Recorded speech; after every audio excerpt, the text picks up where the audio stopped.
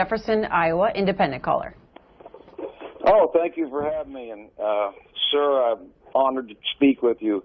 I have a problem with in the manner that we're negotiating with these people. It's in a secular way.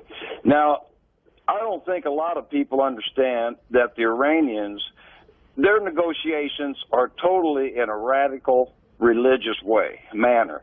And I don't think a lot of people understand that to them it's honorable and heroic to successfully lie and deceive the infidel, which is us, and the Zionists, which is the Israelis. And I believe that we're totally naive to think that they don't believe, that they don't understand what they're doing is actually deceiving us, and totally their whole idea through their religion is to destroy us.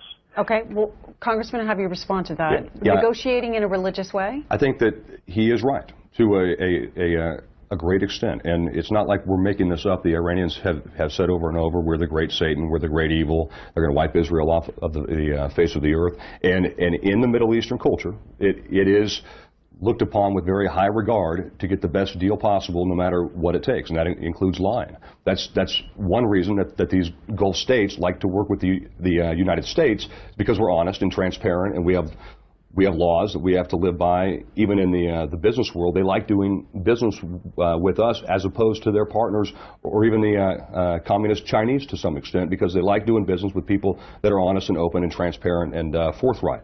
So that is I would say an underpinning to these negotiations.